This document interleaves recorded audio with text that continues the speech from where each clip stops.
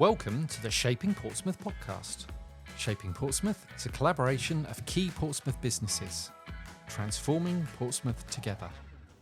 Hello and welcome to this week's edition of the Shaping Portsmouth podcast. We have a new member of our team.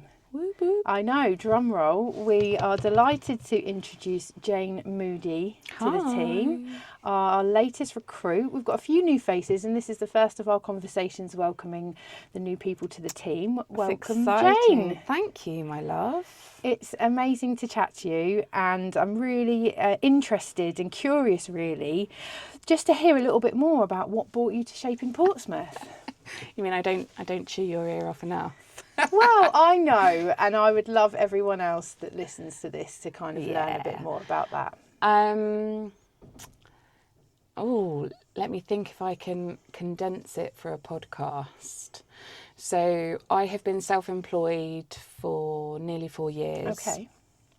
And if anybody listening is self-employed as well, they would know that when some of life's curveballs hit you, being self-employed is challenging with a capital C. It's not the easiest path, is it? Oh, no. And I sailed some rocky weather, and what I think I needed for me was to get a part-time PAYE position that would give me consistency of income, that would also allow me to run my organisation, which is Marvellous Fabulous Projects.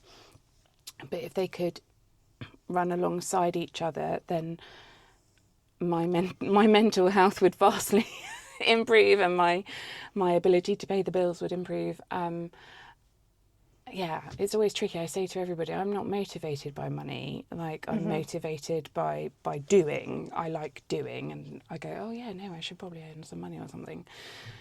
But it's hard, isn't it, in a cost of living crisis when you actually have bills to pay and you've had a series of little people curveballs to look after. And oh, yes, and I have to feed my children. Yes. But it's, all to say, I was in a very privileged position that I could pay the bills, so I don't take that for granted. But I just needed to take the pressure off myself and a bit more security, or just the consistency to know, okay, we don't have to find however much money this month. We have to find this little bit of money this month because it kind of. I understand. Yeah. And what about the shaping role particularly that sort of attracted you towards it? Oh, this is another, I think I said this in the interview with Shaping Portsmouth, it is an incredibly privileged point of view and I don't take it for granted, but it was really important to me, if I could, it was really important to me that I took on a paid position that had similar values to me personally. I'm 42. I have done all kinds of jobs and thoroughly loved them all. But now I'm at an age where if I have a little bit of say in the situation, I would like to try and continue, if I couldn't get a role that aligns with me in inverted commas, that's fine, but I wanted to try. It was a priority for you. It was important, and it is important to me because as a person, one thing I'm rubbish at is how do I say your poker this? face. My poker face. That is exactly the right expression. Yeah, my poker face.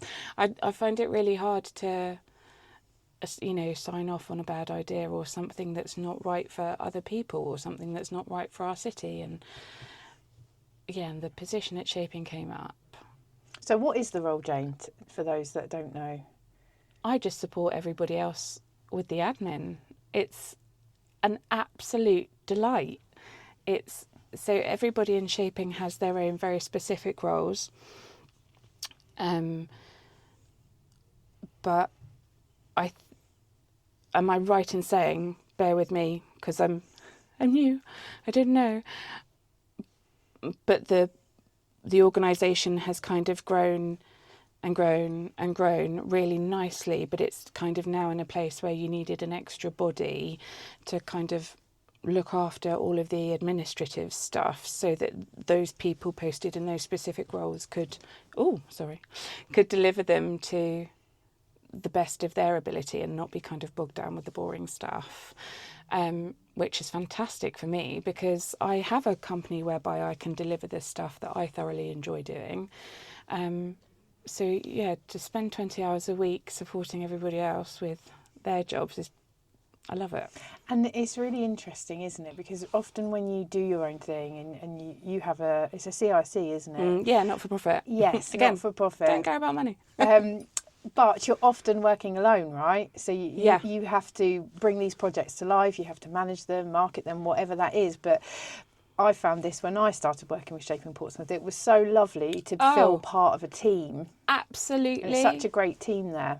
So the projects that I deliver, generally they're with young people, and it's so joyful, but that is for kind of quite a condensed period. Mm-hmm. You're right, all of the preparation there or thereabouts you're doing on your own. So strutting into the office and saying hi to everybody and authentically going, can I make you a coffee?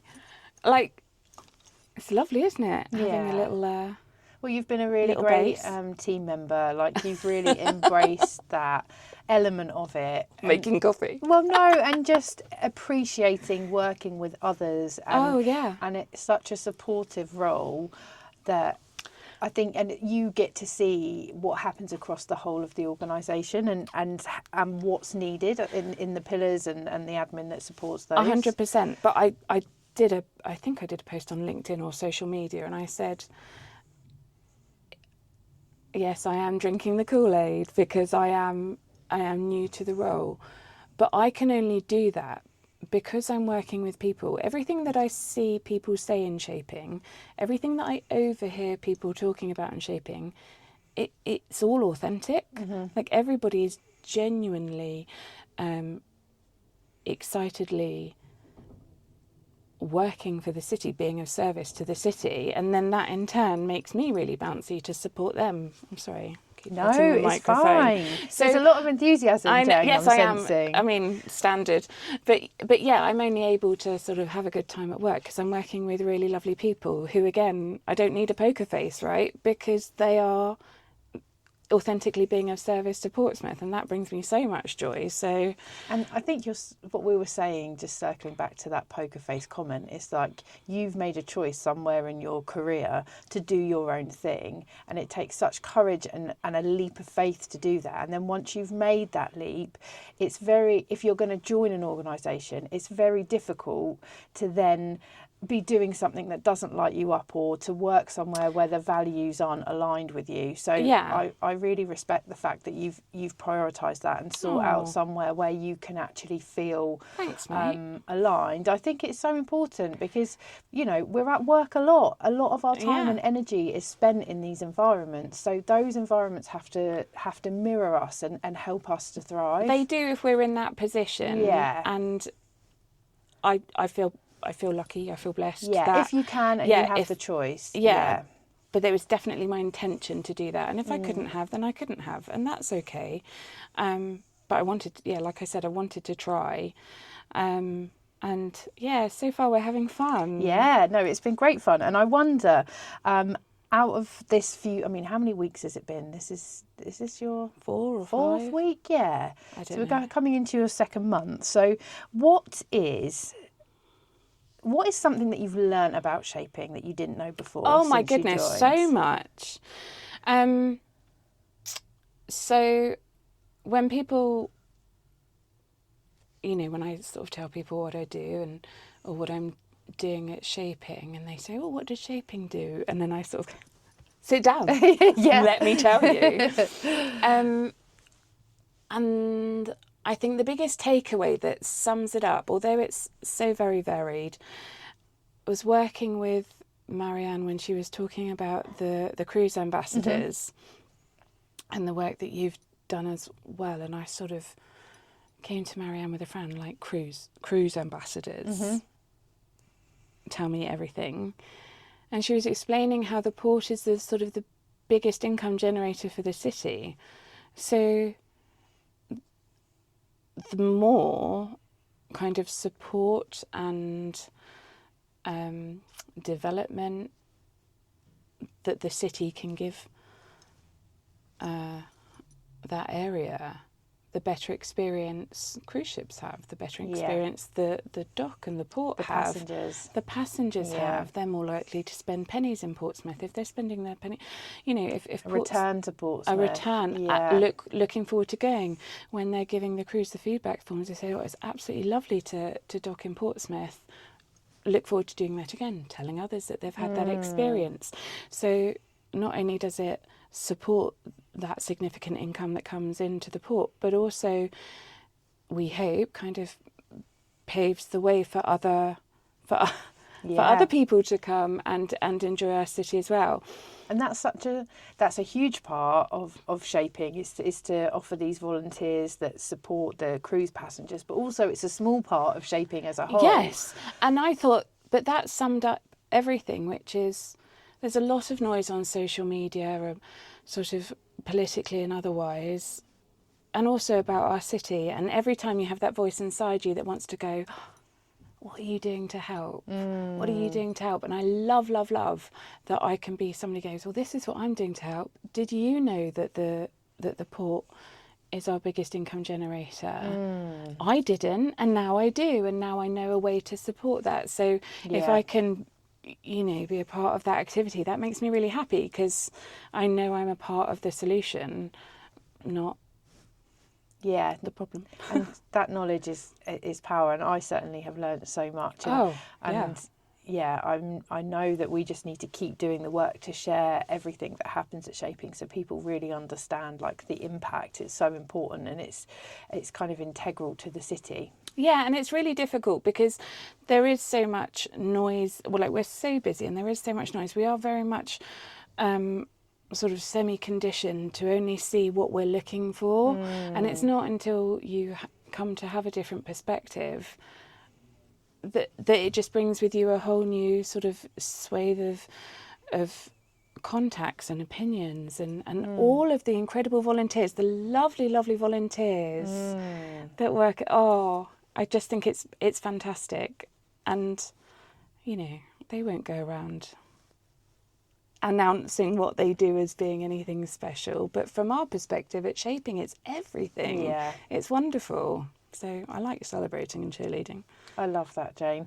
There was something I read, and you gave some words to Matt when we shared that you were joining the team, and one of your values is something really lovely: "A rising tide lifts all ships," and that kind of, you know, really stands out to me. I mean, we've done a lovely segue from the port to your value here. No pun intended. Every pun intended. What does that mean to you, and how does it show up in your work? A rising tide. I say it all of the time. I put it on my gravestone one day. Jane Moody. Rising tide lifts all ships. When one person wins, everybody wins. Yeah. When one person succeeds, everybody. It's the ripple effect of happiness, of joy, of success, of affluence, of economic growth. It's an expression that fits every kind of situation, whether it's personal, within your family, within business, within the city, within the world. You know, it's an expression that works across all of them, because certainly if we look at the example of the cruise volunteers, the better experience, that is very pun related with the with the boats. I can use another one, but no, I was thinking, it made me think of the City of Culture bid, because you can feel that like the tide is rising for everybody. It's not just a small pocket of people that will benefit. 100%. You can really feel that there's this like desire and enthusiasm and as to an want attitude, to lift everyone in the city. And as an attitude, when I work with young people and we do sort of work around self-esteem and stuff, when I was growing up and I didn't know any better, and you'd sort of pass someone in the street and you'd have like what are they doing with their hair? You know, you'd neg somehow, and then you mature and you grow up, and then you be the person that goes, like, for example, your hair this morning. I really like your hair at the moment anyway, but your hair this morning, like you opened the door and I was like, oh my goodness, look at that. It's giving effortless Rachel. And thank you.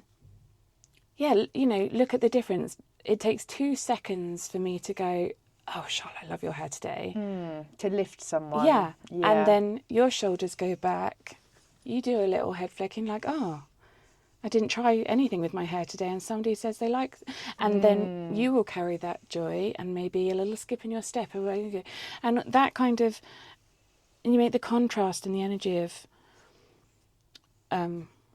criticising or moaning, or being the person that takes the same amount of time and the same amount of energy to throw a compliment, because a rising tide lifts all ships. When you are happier in your day, I'm happier in mine too. Yeah. And that person can then go on to try and like help make others feel you go good. to Sainsbury's and buy your lunch with an extra spring in your step, and that little interaction will ripple down to it's just so much of a better way to be. There's no point in competition when you can celebrate. There's no point. It doesn't work. It's just like icky energy, and I don't care for it. I love that. Yeah, everybody went together. And are there any of the kind of shaping values or the culture that you've seen that you've been enjoying? Yes. All of the above. All of the above. Yeah, like I said, there's so much sort of professional and personal alignment. Although what shaping does is kind of formalise and put a professional brand across the values and intentions that I have. You know, they're very the same. So yeah, no, it's lovely. It's lovely to work with similar people, all very different. We're all very different, aren't we, in the shaping team? But I really like everybody, and different but with the same goal. And like you were saying about serving the city, everyone is really passionate and committed to doing the best they possibly can. I mean, I've worked in many teams across the years in many different professions, but it's one of the smallest and hardest working teams I think I've ever worked with. But genuinely, it's just lovely. Yeah. So far, so good, mate. Good. I'm so happy to hear that. So we're sharing this episode within our centenary year. There's been lots of celebrations. There's lots of things to celebrate in the city. And I know from what you've just said that it's important for you to kind of like really celebrate the good stuff. So I wondered, what would you like to celebrate about the city? I can't remember if I said this in my interview or not. I'm sure I said it somewhere recently, but I always say that Portsmouth is the beginning and the end of the train line.